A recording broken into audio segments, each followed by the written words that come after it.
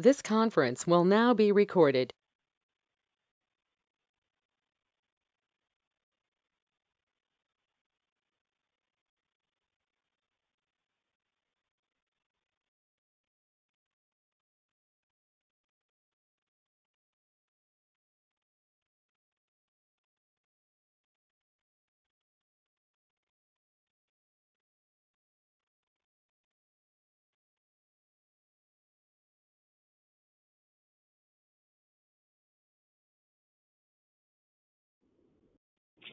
Stacy, are you on and can you hear us?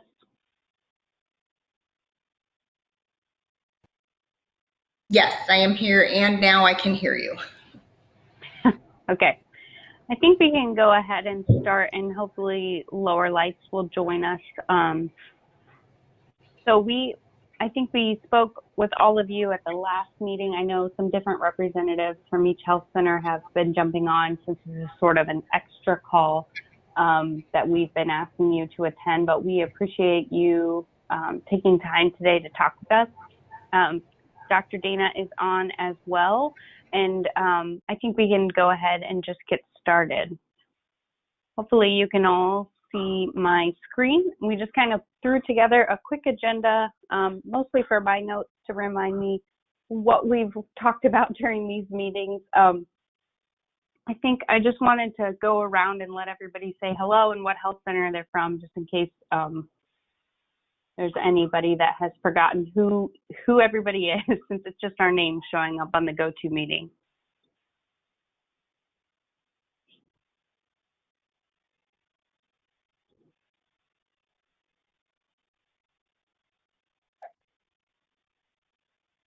This is Dana, and I can jump in. Thank you guys for joining us, and hopefully we'll be able to knock this out and give you guys a few minutes back in your day.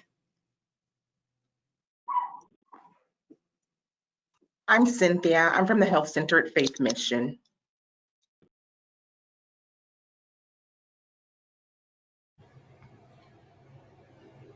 Good afternoon and happy Friday. This is Stacy Swenson. I'm from Primary One Health. Hi, I'm Jennifer Fraioli from Southeast.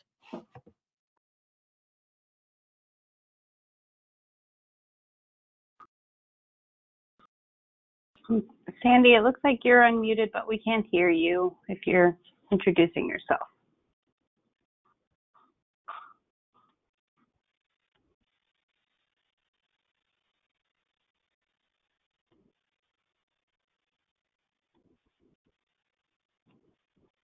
Well, hopefully Sandy can get connected, and I hope she can hear us. But we can jump into the agenda here. So we just wanted to kind of reset and review where we were from the last meeting. Our last meeting was with the larger group with all 7 FQHCs and OSU Medical Center staff, and we wanted this one to just be, we just invited folks who are really working on the protocol for the ER referrals to the health centers, and that had that MAT program up and going and was able to receive referrals. So a couple of the health centers that are in the Overdose Data to Action Grant aren't quite there yet. I know OSU, the health center, is kind of working separately with OSU Medical Center on their protocol, so maybe we can eventually merge those together. And Equitas Health just isn't ready yet to receive patients for MAT. They're kind of working on getting their program still together, and COVID really, I think, has delayed that for them. So the core group that we have meeting today are those that are ready, with the exception of Lower Lights, who was also invited to join and also sent in some protocol, some skeleton protocol components that we'll be talking about in a few minutes. Does anybody want to add anything or discuss anything else that maybe I left off from the last time we met? I don't think so in like large picture, Tiffany, but just as we start to kind of get ready to do the work today, I guess what I'm hoping we can arrive at is consensus on what information we should be including on a connection, contact, communication sheet between FQHCs and the hospital emergency rooms. And then I put together a very, very, very rough, like skeletonized initial ER health center referral protocol. And I would like for us to figure out, I guess, how detailed we want to try to make a final product is question one. But question two is for you guys to help weigh in with feedback on what the core steps of that protocol need to be. Yep, thank you. That sounds great. Any other comments before I pull up the first document that Dana was referring to, which is sort of that living document that we were hoping could continue beyond this grant period into the next grant period, or eventually stand on its own without our assistance of just your details of your MAP program at your health center, which most of you sent me information on.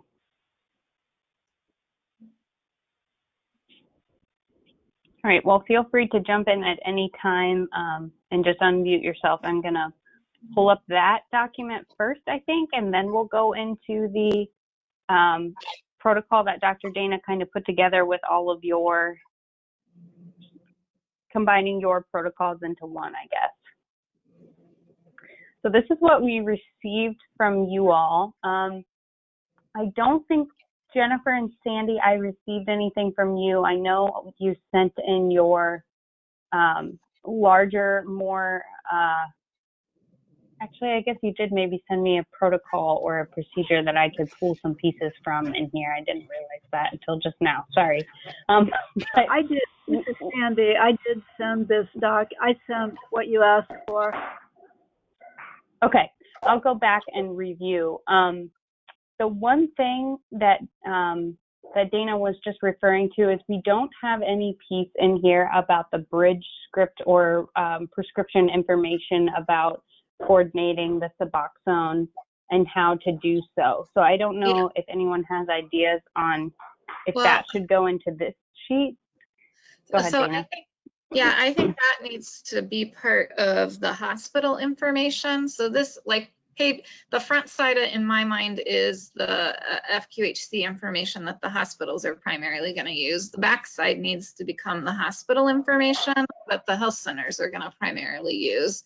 And I think that the hospital information needs to contain whether their ERs are or are not currently providing bridge scripts in an attempt to coordinate with appointments. From a health center perspective, the data that is definitely missing that ERs will need is an address of where the MAT services are located. Yep, that is a good point.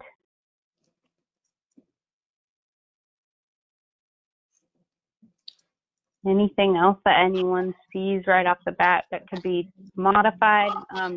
Dr. Dana and I were talking to that we could definitely pare some of this down. I have done that already, but I didn't want to cut out too much before talking to the larger group.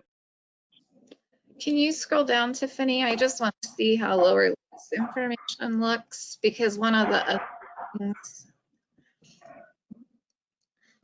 so one of the other key things on this is, are we telling ER patients to, and this kind of dovetails into the protocol discussion, but are certain health centers going to want to leave instructions as call this number for an appointment, or give this number to the patient to call if it's not during business hours?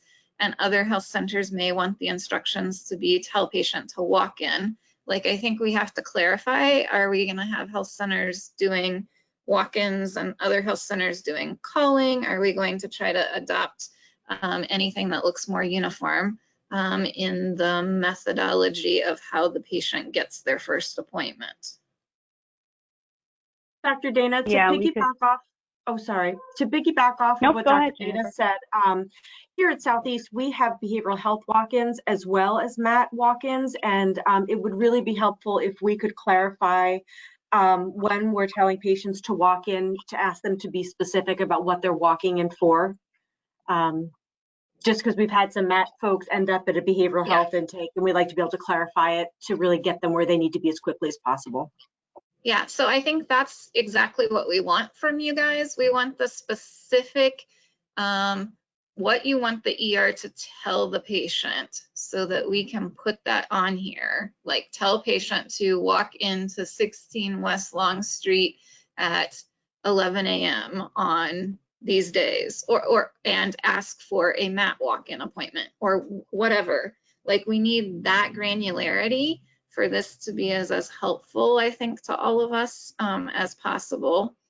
And if there are multiple addresses and or multiple options, then we need to try to get that information as well. You know, like at Southeast, going forward, there's the MAT program walk-ins, and then there are the bridge walk-ins, and they're going to have different addresses and different walk-in times.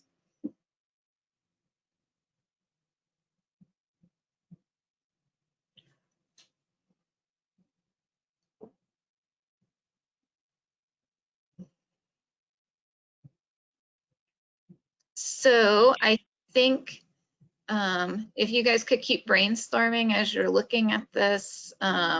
So what else are we missing that we need to try to create a space document for so that it actually helps the ER have everything in one place? Yeah, so just as a reminder, we initially asked for scheduling or coordinating staff member. Some of you gave us a couple. Contact info for that person, how to get an appointment, hours of availability, and then this is more for our notes. So it'll, I don't know, maybe we'll remove it, or maybe we would want to say, yes, we have a process in place with OSU, or, you know, whatever the case may be.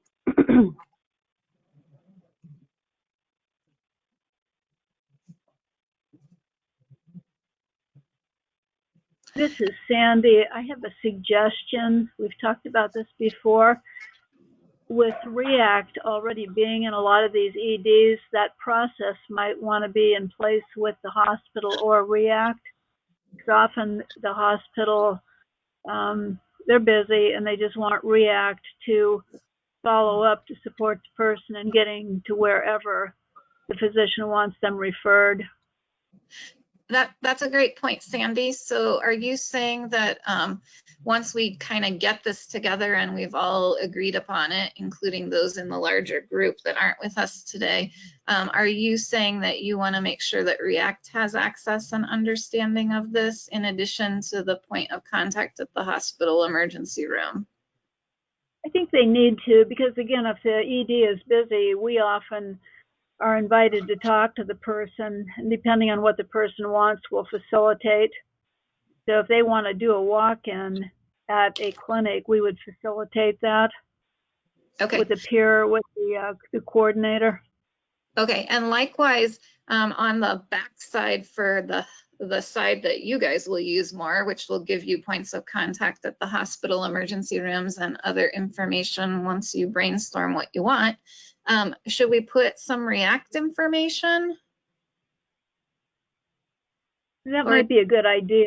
Let me think about that in terms of how it would fit. I'm not sure it would fit on this grid. Okay, well, think about it. We already have most of those agreements in place, and COVID's made a mess of things, but this is an ever-evolving process too with Columbus Fire REACT and Southeast REACT. Yeah, I just didn't ever know if there would ever be a situation where a patient maybe was at the ER and was trying to link with a health center, and it might be helpful for the health center to talk to somebody at REACT, but that might make it more complicated. I don't know. That's usually not too complicated. If we have the information, then we too can reach out to the person and support them in decision making, supporting them and getting to where they need to be for their appointments or their walk-ins. Okay. Is there other information that you guys think you need to communicate about yourselves or your program?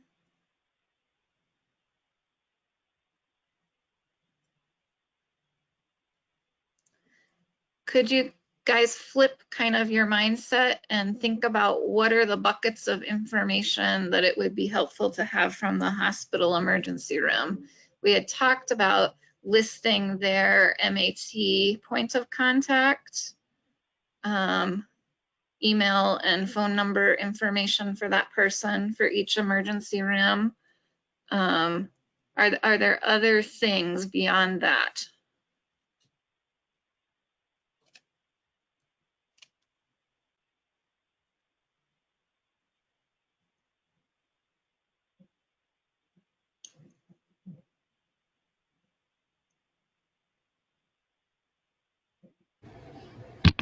This is Stacy. I do agree that I'm thinking we do want to include React, but I want to touch base with Kelly about some things before we make that decision.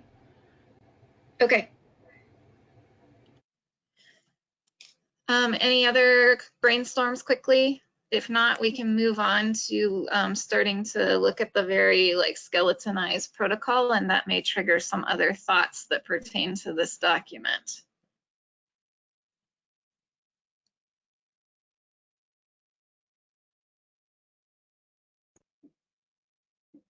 Okay, I'm gonna flip screens, hearing none, and I can keep working on this document as well. But please send me any updates. Feel free to email me if you think of anything after the meeting too.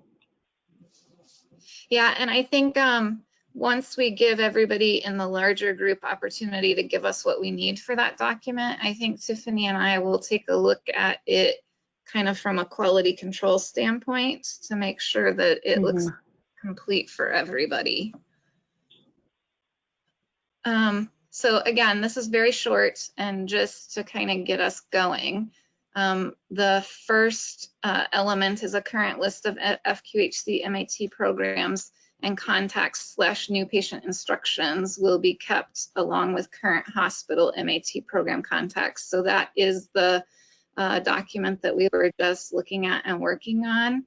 One thing that we need to figure out with this protocol is the list being reviewed on what frequency. I just picked quarterly for accuracy, and then redistributed by blank. I don't know, that's certainly a role that OACHC can play for the time being.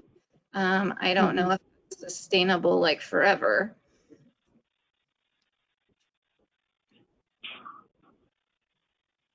I think while we work through the overdose data to action project, we can certainly keep it as an activity for us. And hopefully that's continuing into year 2 funding, but we haven't heard yet. Year 1 is ending the 1st of September, but hopefully we'd have something shored up with these 2 documents by then.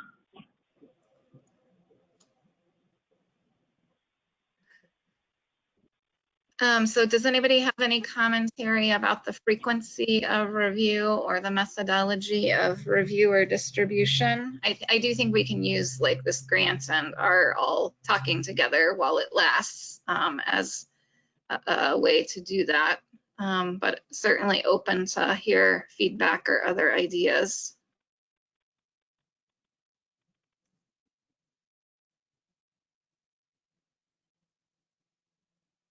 Okay, then we'll park that one, and let me just quickly read through the other skeleton elements, and hopefully that'll get you guys' brains flowing, and you can tell us all the things that we're missing.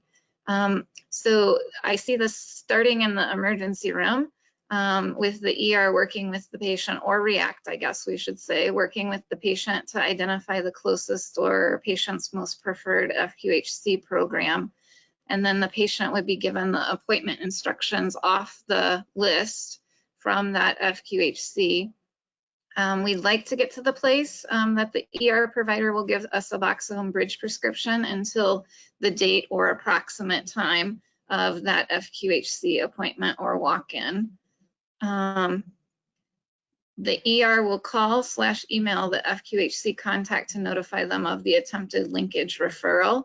The FQHC will be given patient name, date of planned appointment, and patient contact phone number or numbers.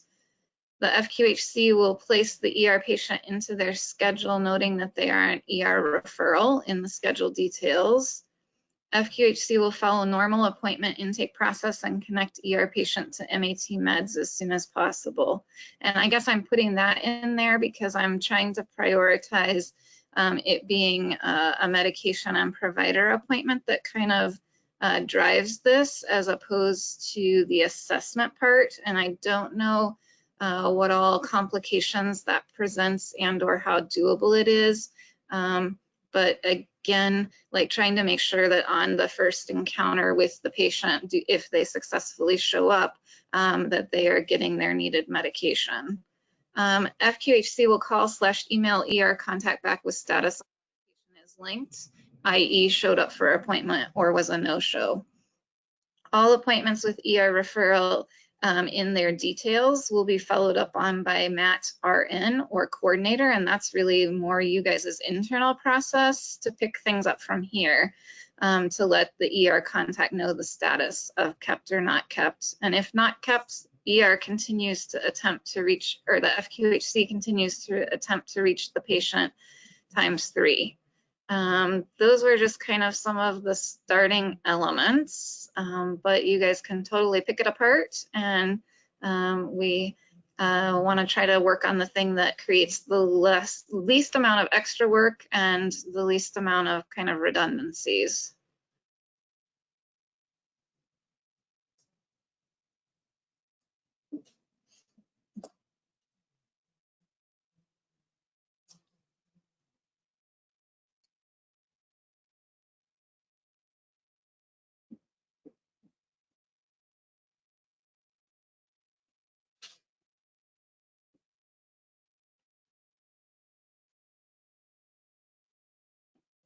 You guys are awfully quiet. Can you still hear me? Yep, I can hear you. Okay, everybody's hopefully been thinking. We'll give you a minute.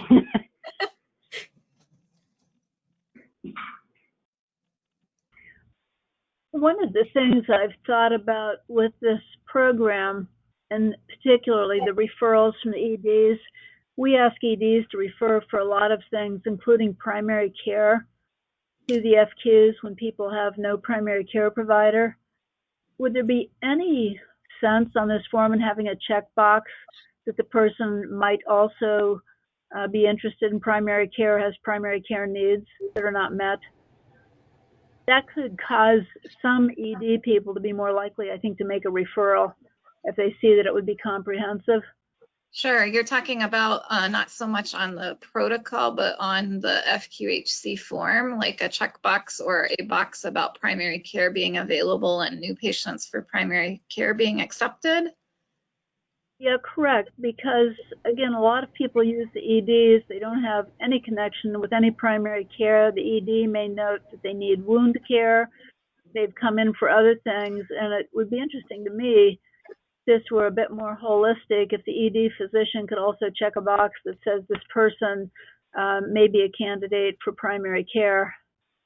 Okay, yeah, I get that. So I think step one, Tiffany, is that we need to add the primary care new patients being accepted kind of category of information to our health center list.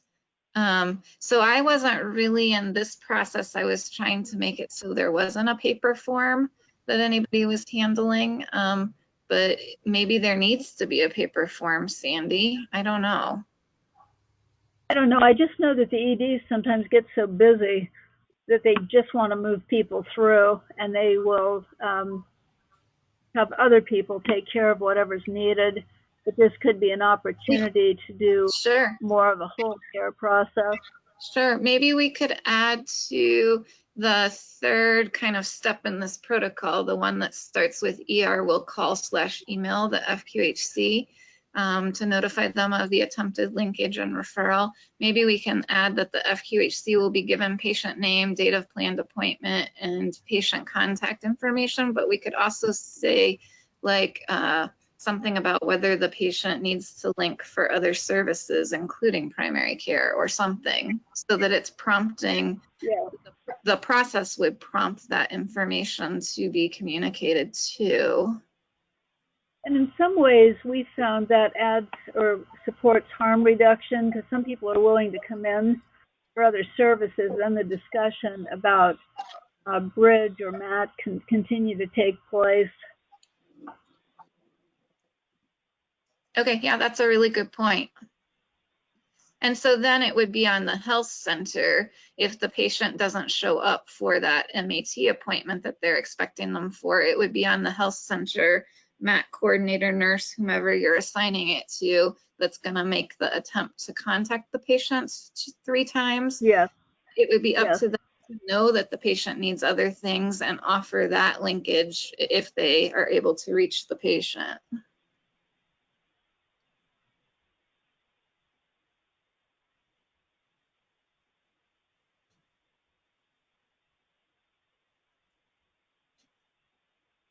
Because your staff member could then, if the patient no shows for the walk-in appointment or the MAT appointment, your staff could then, if they get back a hold of them, say, hey, it looks like you needed wound care. Could I at least schedule that for you? Right. Anything that they might respond to actually come in to keep an appointment would be a starting point. Okay, that's great. Hey, Dana, this is Kelly. I apologize. I'm late to the party. No, welcome. Thank you. I have a thought about kind of some of the things we've done on our intake process changes that helps our outreach. Any way you think that the ERs could start like an informed consent about REACT so that at least for us, if we're getting a new patient from the ED and they don't come to that first visit, we have a few more contacts other than just an one number and an address. We're asking people about, like, family members or friends that we could contact if their number goes bad, or getting their permission up front to talk, or send a REACT team to check on them if they don't come in for their visits. That's something we've been working on for a little while. And we haven't really used REACT for outreach for our program quite yet, because I don't want to send REACTs to someone's house if they don't know that they're coming. If, as a patient of ours, if they are just doing like cold call outreach. So that would be really great if the EDs could give us as much information as possible about where we might be able to find people. Okay, so yeah, Tiffany parked the informed consent and the connection with REACT. Do you mind, Tiffany, where you have numbers highlighted and you've already put a comment? Could you park a comment about trying to have the ER give us all the possible contact information and or numbers for the patient? And even just like a checkbox, like, are you comfortable with REACT's team, coming to check on you if you're unable to make this visit, this visit that we're scheduling for you. Okay, yeah, that's great. I mean, that is our goal, right? Is to have better intentionality and communication between the ER and us, so that we truly can connect with as many of these patients as possible. That's how we're gonna kind of stop the cycle of them showing up in the ER.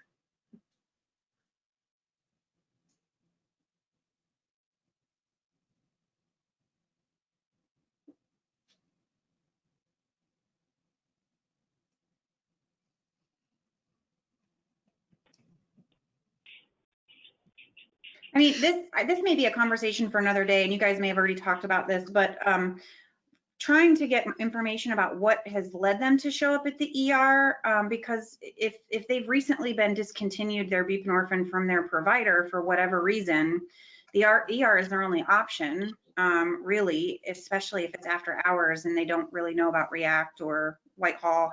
Actually, I don't know if Whitehall's taking walk-ins right now, but I don't know that we have enough time to get into all of that today, but that's just Sure, an initial thought that yeah, no, but we could simply add FQHC will be given patient name, contact information, and there we're saying all contact information possible. And we can add reason for ER visit or something, along with services besides MAP that the ER knows the patient needs to link to. Like we're basically asking the ER to give us those buckets of information about every patient.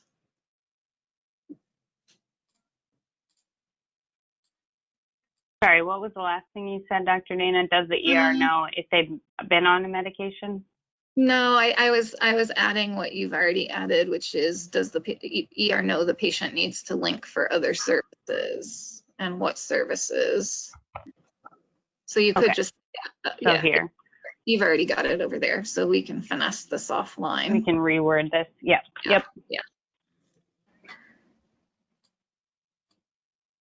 What do you guys think about the ability in your appointment scheduling systems to have the ER referral there? Like, is that doable for you guys? I know in NextGen there's a details field that you can free text into. I'm not sure for other systems. Shanta has joined the meeting.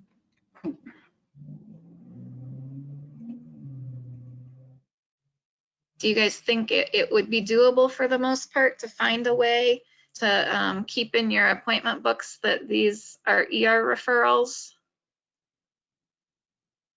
Dr. Dana, this is Kelly. We're going to have to look at that. We've had some recent staffing things last minute that's affecting our capacity right now. So I think that we could work on it or look at it for sure, but I can't commit to that right now at this moment.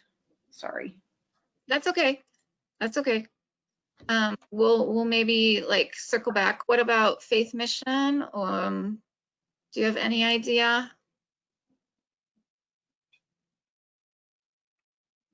Sorry about that. I thought Audrey was on too. Yeah, let me talk with Audrey, and I'm sure we can think of something. Okay. I mean, what we have to accomplish is, like, I was thinking the appointment book is what could be used to kind of keep it on the MAT nurse or coordinator or whomever you're going to task. Like, we have to figure out how they're going to know that a patient who no-showed was an ER referral so that they then are triggered to do that last step. Yeah. Perfect. Yeah.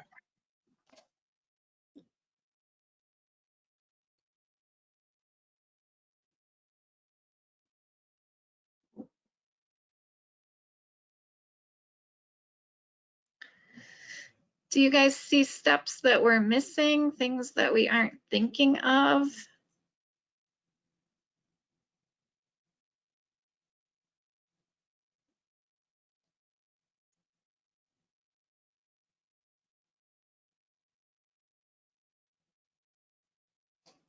This is Jennifer. I mean, I'm not seeing any holes in the process. I think as we are talking and reviewing the documents, I'm really thinking about our internal program and how we're going to operationalize this into a workflow. Right. Okay. Right. Well, do you guys feel like this is a okay place for us to start? Because I feel like we're gonna have to agree upon something and then decide when we're ready to kind of go with it. And I think like it's gonna take us 30, 60, maybe 90 days of us kind of seeing how it's working and continuing to have dialogue about what's going well and what isn't working. And this may look totally different in final form once we kind of get into it a bit further.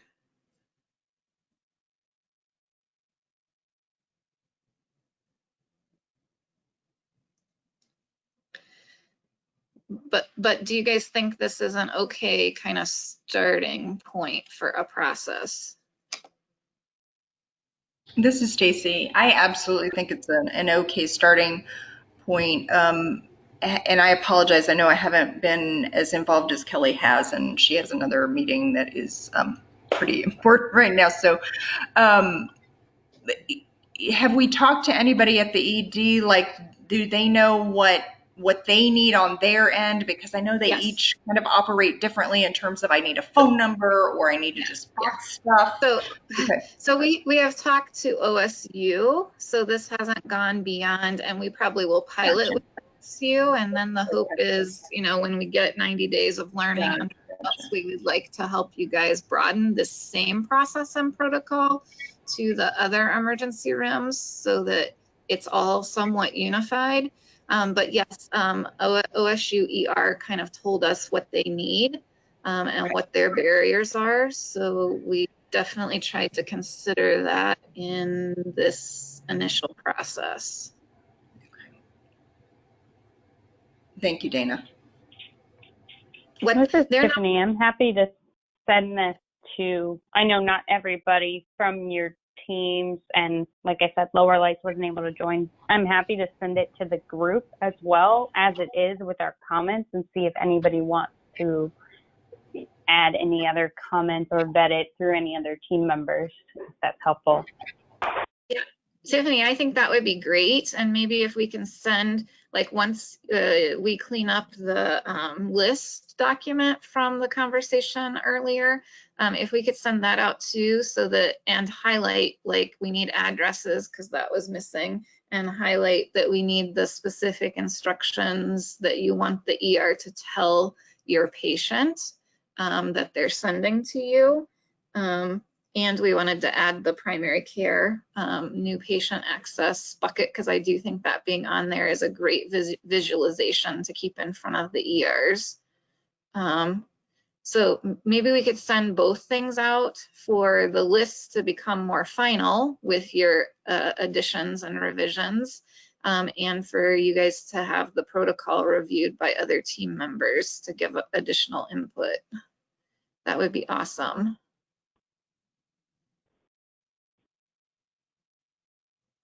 Yeah, I'm happy to do that.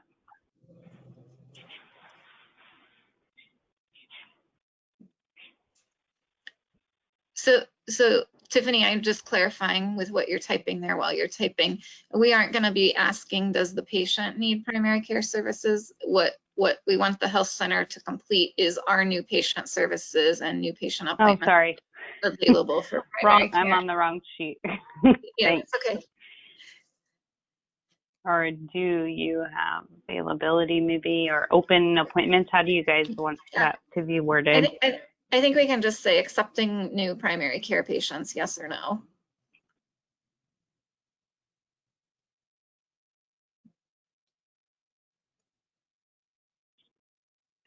Thanks. Absolutely. Thank you for taking all the notes while running the technology. No problem.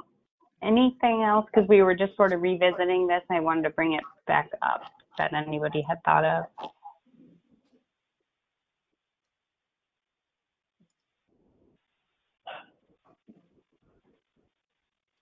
I don't want to, please weigh in with those thoughts, but Stacy, to finish answering what the ER was most concerned about, since OSU is giving bridge prescriptions for Suboxone, one of their biggest concern factors was when is the patient going to be seen so that they can coordinate the right quantity or length of prescription being given to that patient. So that's one of our big challenges on our side to try to address or help guide. The other is they would like follow up about whether the patient did or didn't make the appointment. And we heard from health centers that have been trying to do referrals from the ER that you guys would really like to know who they're trying to refer to you, so that you know that they're an ER referral, you know if they don't show up that they're an ER referral, and that you have information to be able to follow up with the patient if they no-show. So those were all things that came out of the original couple of calls that we were trying to make sure at least our starting point tried to address. That's really helpful. We were involved in a project a little while ago with one of the insurance companies, and it did not seem to include the emergency department being actively involved, but we were somehow supposed to be responsible for how they got to us. So that clearly did not work well. And so I just wanted to, it sounds like they've been pretty actively involved. I appreciate that. Absolutely.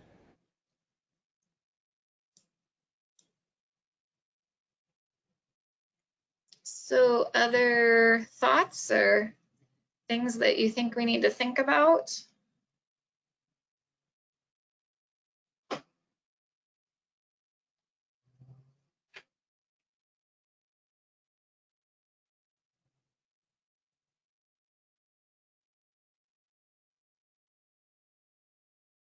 All minds clear? How about next steps? Do we want to bring back the larger group? I know it takes a little while to get everybody, particularly Dr. Kaufman, freed up for a call. So do we want to go ahead and send these 2 documents to the group here and then schedule a time for the larger group to meet that we can all discuss again? Yes, I think that, to me, that would be great if you guys from a health center perspective think that that would work.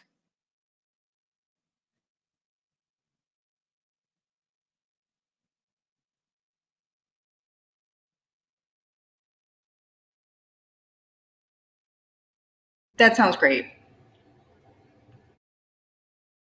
Okay, so I think we just try in the next couple of weeks to, by email, get the list cleaned up for you guys and get this protocol as final as we can.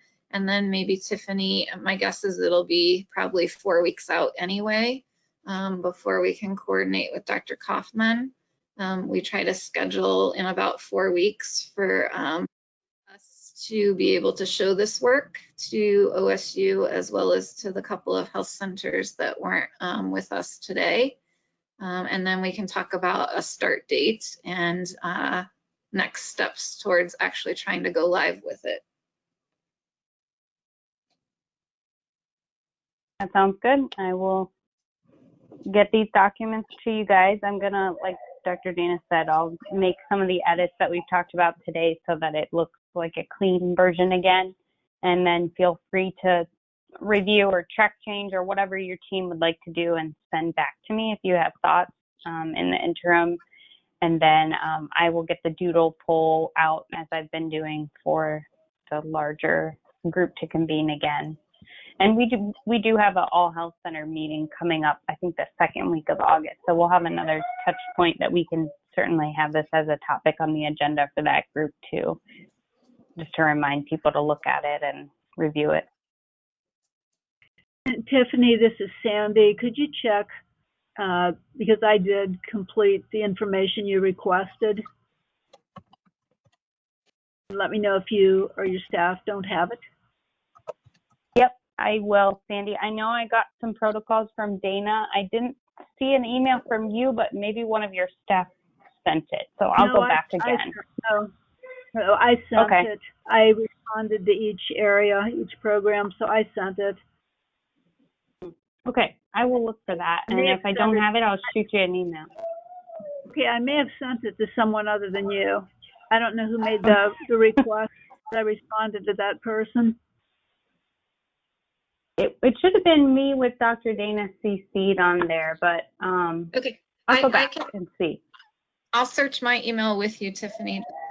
It didn't only come to me. Great.